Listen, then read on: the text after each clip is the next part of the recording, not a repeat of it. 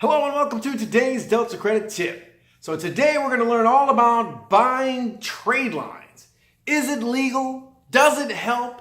Is it real? Well, stay tuned. We'll tell you all about it on today's Delta Credit Tip.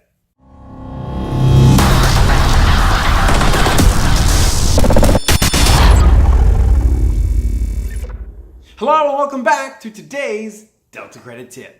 So today we're talking buying trade lines. Why? Because, well, we got an email from a customer by the name of Michael. Fantastic name, by the way. Gotta say myself. Michael, ever since I started fixing my credit, I started getting emails about buying trade lines.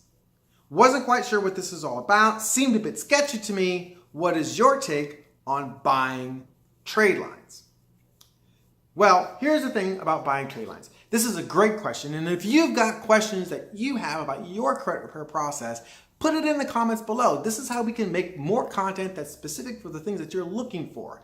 And if you really like it, don't forget thumbs up, subscribe, hit the bell, right? Because every Thursday, you're going to get this information right out of the gate, and it might be specific to your question. So make sure you comment below, ring the bell, and tune in every Thursday.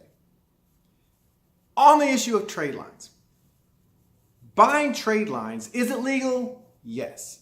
Okay, does it work? Yes. And why does it work? Well, the whole concept of buying trade lines really just stems back to a very simple concept of being an authorized user. Okay, now an authorized user is someone who has the authorization to use an account, but legally isn't responsible for the bill.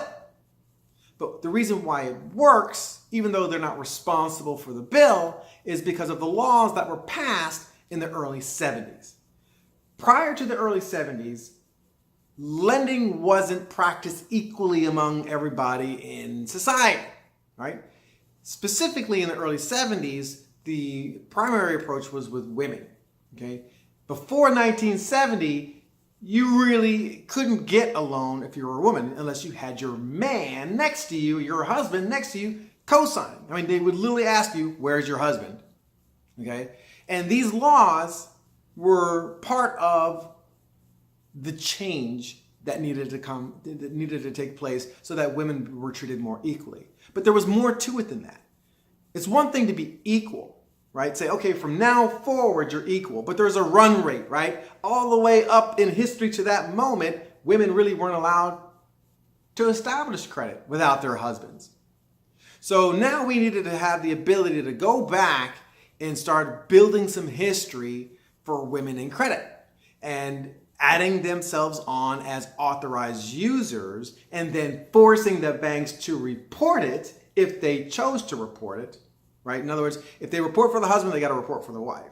So forcing that situation then afforded women the ability to start building credit. Now, fast forward, now we're talking about how it's evolved, right?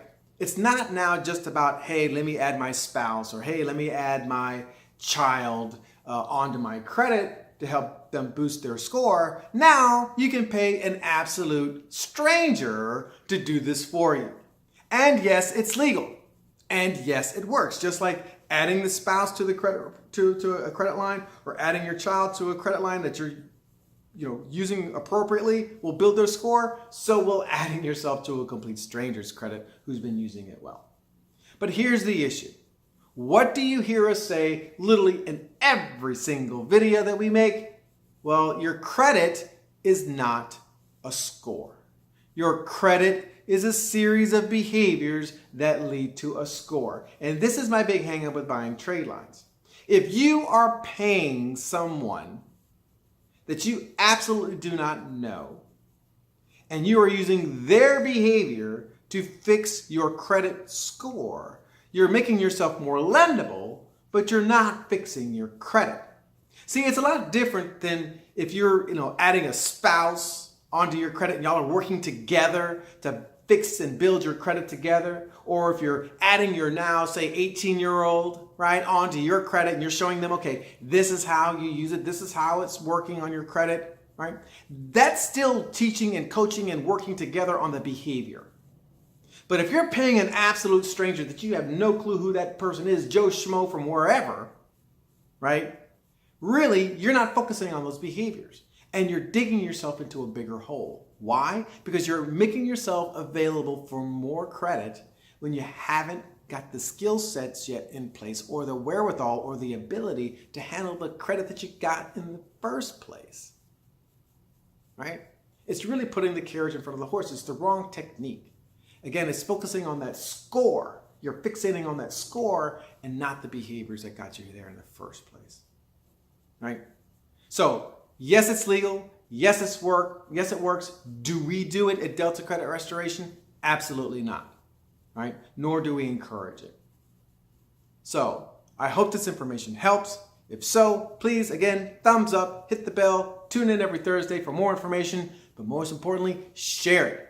Share this information with those that you know, those that you love, because this is how we make a choice to make a change. Delta.